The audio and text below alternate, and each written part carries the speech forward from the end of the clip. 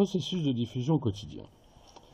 Le processus de diffusion affine le réglage par produit des modèles de commande en fonction des statistiques sur une période donnée et des différents tableaux fonctionnels paramétrés.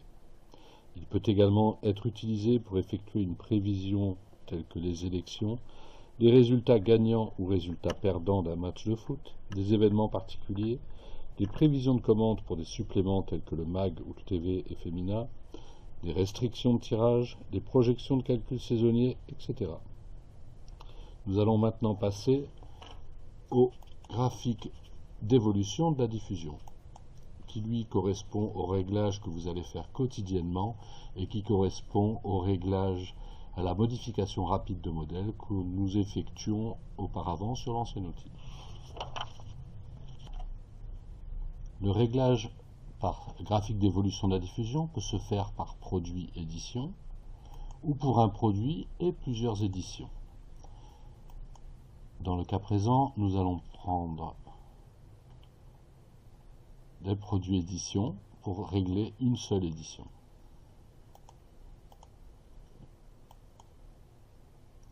Là, vous avez possibilité par produit de sélectionner plusieurs éditions à régler en même temps et par produit édition.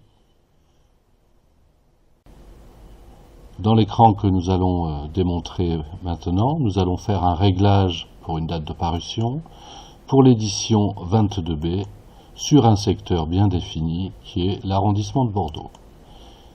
Donc nous allons choisir donc la date de parution à l'aide du calendrier, la destination du processus, modèle de commande ou prévision, dans le cas présent un modèle de commande,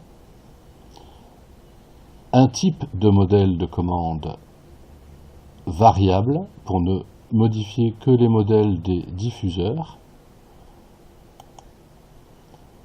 choisir un tableau du modèle de commande correspondant aux éditions que l'on est en train de régler, donc dans ce cas la 22B, un tableau de manque à la vente correspondant aussi à l'édition principale,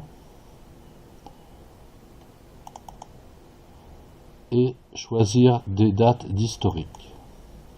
Nous avons aussi la possibilité d'utiliser un historique d'un autre produit. Dans le cas présent, comme on utilise Sud-Ouest, nous allons régler un historique de Sud-Ouest. Possibilité de prendre un maximum de dates. Dans le cas présent, nous allons prendre 4 dates d'historique avec l'aide des calendriers. À l'aide de la flèche incurvée, vous avez l'affichage des historiques. Et pour ajouter d'autres dates, par exemple des dates A-1, vous utiliserez la double flèche incurvée qui libérera les champs dates. Pour chaque date, vous avez la possibilité de supprimer en sélectionnant la ligne concernée et en cliquant sur le signe moins. Pour chacune des dates, vous avez possibilité d'appliquer un pourcentage d'influence. Ce pourcentage d'influence permet de choisir une date qui aura une influence plus importante. Exemple, une variation en fonction de la saison ou un événement particulier. Il faut appliquer une pondération spécifique à chaque date de la période choisie.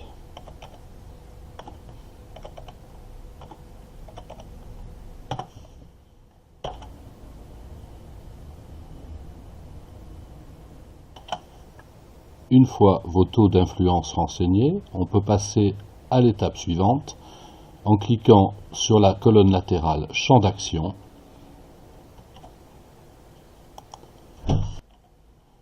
Si l'on souhaite faire un réglage sur l'ensemble du réseau, il suffit de garder la coche Tout réseau de vente. Et dans le cas présent, nous voulons faire un réglage pour l'édition 22B sur un système de regroupement qui s'appelle Arrondissement de Bordeaux pour ne régler que la 22B sur les diffuseurs de Bordeaux. Dans ce cas, on sélectionne l'arrondissement de Bordeaux en système de regroupement On a la possibilité, une fois avoir sélectionné un système de regroupement, de pouvoir appliquer une restriction de tirage qui permet d'appliquer une quantité prédéfinie.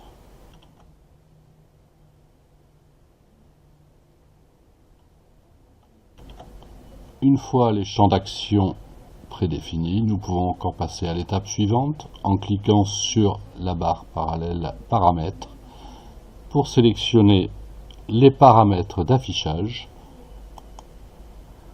en fonction des critères de réglage précédemment paramétrés. On va donc sélectionner le type de calcul moyenne par influence, les modèles de commande par segment afin d'avoir une prise en compte et un affichage du résultat de réglage par segment. Dans le cas présent, nous allons choisir les segments de 10 exemplaires. Et nous allons faire la même sélection pour les ventes.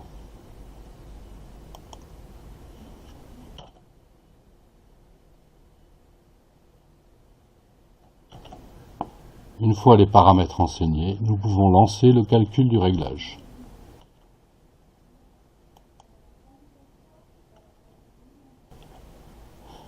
Le résultat obtenu est sous forme de graphique, avec une ligne médiane et des points.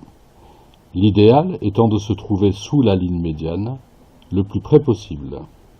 Si un point de vente se trouve au-dessus, la quantité du modèle est en dessous des ventes.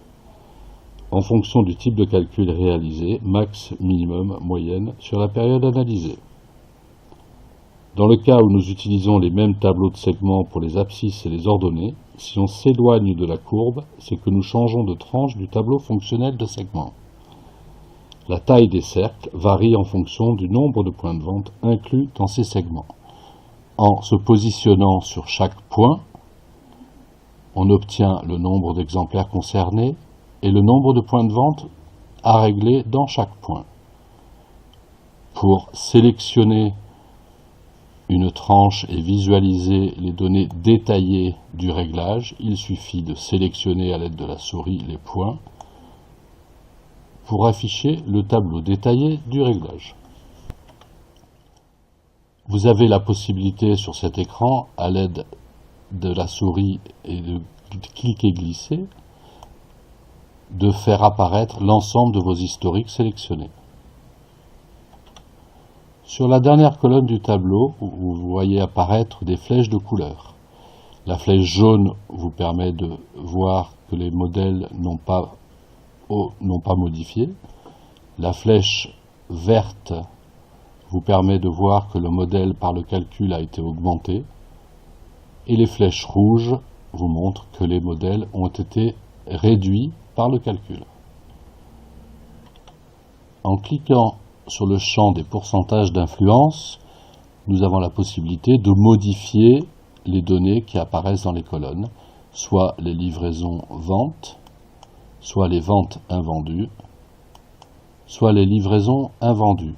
Par défaut, l'affichage se fait par vente invendue. Nous avons la possibilité dans la colonne modèle de commande de cliquer sur la donnée de modèle et de modifier la proposition faite par le calcul. Une fois cette sélection de points réglée, pour passer à une autre sélection de points, il suffit de cliquer sur la flèche sur le côté gauche de l'écran Retour F6 pour accéder au graphique de points et faire une nouvelle sélection de points. Voilà, tu reviens.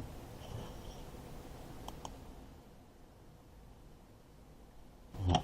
Sur le graphique, vous avez la possibilité de sélectionner tout ou partie des points afin d'afficher ce que vous voulez voir dans les écrans de réglage. Dans le cas présent, nous allons sélectionner l'ensemble des points.